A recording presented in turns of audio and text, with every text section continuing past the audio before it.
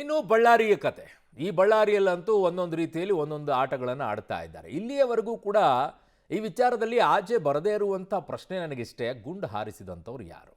ಯಾಕೋ ಒಂದಿಷ್ಟು ರಕ್ಷಣೆಗೆ ಇಳಿದಂಗೆ ಕಾಣಿಸ್ತಾ ಇದೆ. ಮಾಹಿತಿ ಪೊಲೀಸರಿಗೆ ಒಂದಿಷ್ಟು ಸ್ಪಷ್ಟವಾಗಿ ಸಿಕ್ಕಂಗಿದೆ.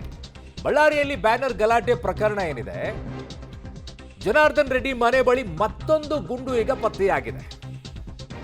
ಘಟನಾ ಸ್ಥಳ ಪರಿಶೀಲನೆ ವೇಳೆ 9mm ಬುಲೆಟ್ ಇಲ್ಲಿ ಪತ್ತೆಯಾಗಿರೋದು. ಬುಲೆಟ್ ಪತ್ತೆ ಮಾಡುವ ಮಷೀನ್ನಿಂದ ಈಗ ಪತ್ತೆಯನ್ನ ಮಾಡುವಂತ ಕೆಲಸವನ್ನ ಮಾಡ್ತಾ ಇದ್ದಾರೆ.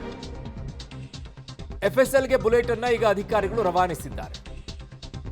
ಬಳ್ಳಾರಿಯಲ್ಲಿ ಬ್ಯಾನರ್ ಗಲಾಟೆ ಪ್ರಕರಣಕ್ಕೆ ಸಂಬಂಧಪಟ್ಟಂತೆ ಆಗಿರುವಂತಹ ಬೆಳವಣಿಗೆಯಲ್ಲಿ ಮತ್ತೊಂದು ಬುಲೆಟ್ ಈಗ ಪತ್ತೆಯಾಗಿದೆ. ಸೊ ಇದು ಆ ಹುಡುಗ ಸತ್ತಿದ್ದು ರಾಜಶೇಖರ್ ರೆಡ್ಡಿ ಸಿಂಗಲ್ ಬ್ಯಾರೆಲ್ ಗನ್ನಿಂದ ಬಂದಿದ್ದು. ಅದರಲ್ಲಿ ಸೀಸ್ಗಳಿರುತ್ತೆ, ಅದು ಇಡೀ ದೇಹವನ್ನು ಹೊಕ್ಕಿರೋದು. ಬಟ್ ಈ ಬುಲೆಟ್ ಯಾರಿಗೂ ಕೂಡ ತಾಕಿಲ್ಲ. ಇವು ಬರೀ ಫೈರ್ ಮಾಡಿದ್ದಾರೆ. ಇದು ಗನ್ಮ್ಯಾನ್ಗಳು ಸಿಂಗಲ್ ಗನ್ನನ್ನು ಹಿಡ್ಕೊಂಡು ಹೊಡಿತಾ ಇದ್ರಲ್ಲ, ಆ ಬುಲೆಟ್ಗಳಿದು. ಸಿಂಗಲ್ ಬ್ಯಾರೆಲ್ ಗನ್ ಯಾರ ಬಳಿ ಇತ್ತು ಅನ್ನುವಂಥದ್ದರ ಪ್ರಶ್ನೆಗೆ ಉತ್ತರ ಇನ್ನೂ ಕೂಡ ಸಿಕ್ಕಿಲ್ಲ. ಅದು ಎಲ್ಲಿತ್ತು, ಯಾರು ಬಳಕೆ ಮಾಡಿದರು? ಬೇಟೆ ಆಡಕ್ಕೆ ಬಳಕೆ ಮಾಡ್ತಾ ಇದ್ದಂಥದ್ದು ಅದು. ಅಲ್ಲಿ ಯಾರು ಹಿಡ್ಕೊಂಡು ಬಂದರು? ಪೊಲೀಸರ ಬಳಿ ಇರಲಿಲ್ಲ. ಅವ್ರ ಬಳಿ ಆಲ್ಮೋಸ್ಟ್ ಡಬಲ್ ಇರುತ್ತೆ ಅಂತ ಕಾಣಿಸುತ್ತೆ. ಯಾವಾಗಿಂದಿದು ಬಳಕೆ ಮಾಡಿದ್ದು ಏನು? ಅಲ್ಲಿದ್ದು 12mm, ಇದು 9mm ಸಿಕ್ಕಿರೋದಿಲ್ಲಿ. ಸೊ ಬಹಳ ನನಗೆ ಒಂದು ಪ್ರಶ್ನೆ ಕಾಡ್ತಾ ಇರೋದು, ಇಲ್ಲಿಯವರೆಗೂ ಕೂಡ ಈ ವಿಚಾರದಲ್ಲಿ ಫೈರ್ ಮಾಡಿದವರು ಯಾರು? ಆ ಗನ್ನಾದರೂ ಎಲ್ಲರಪ್ಪ? ಸಿಂಗಲ್ ಬ್ಯಾರನ್ ಅದಾದರೂ ಎಲ್ಲಿದೆ? ಅದನ್ನೂ ಪತ್ತೆ ಹಚ್ತಾ ಇಲ್ಲ. ಬರೀ ಮೀಟಿಂಗ್ ಅಂತೆ, ಅವ್ರಿಗೆ ಹೋಗೋದಂತೆ, ಇವ್ರು ನೋಡೋದಂತೆ, ಅದನ್ನು ಹುಡುಕಾಟ ಮಾಡೋದಂತೆ.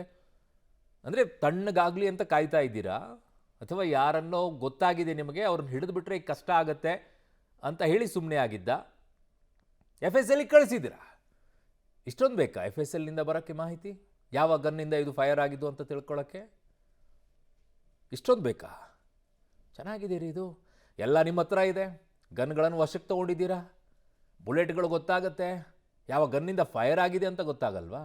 ಅದರ ಹಿಂದ್ಗಡೆಗೆ ನಾಬ್ ಇರುತ್ತೆ ಅಲ್ಲ, ಹೊಡೆದಿರುತ್ತೆ ಅಲ್ಲ, ಆ ಕ್ಯಾಪ್ ಹಿಂದ್ಗಡೆಗೆ, ಅದರ ಮೇಲೆಯೂ ಕೂಡ ಪತ್ತೆ ಹಚ್ತಾರೆ ಅದು ಯಾವುದು ಗನ್ನದ್ದು ಅಂತ ಹೇಳಿ.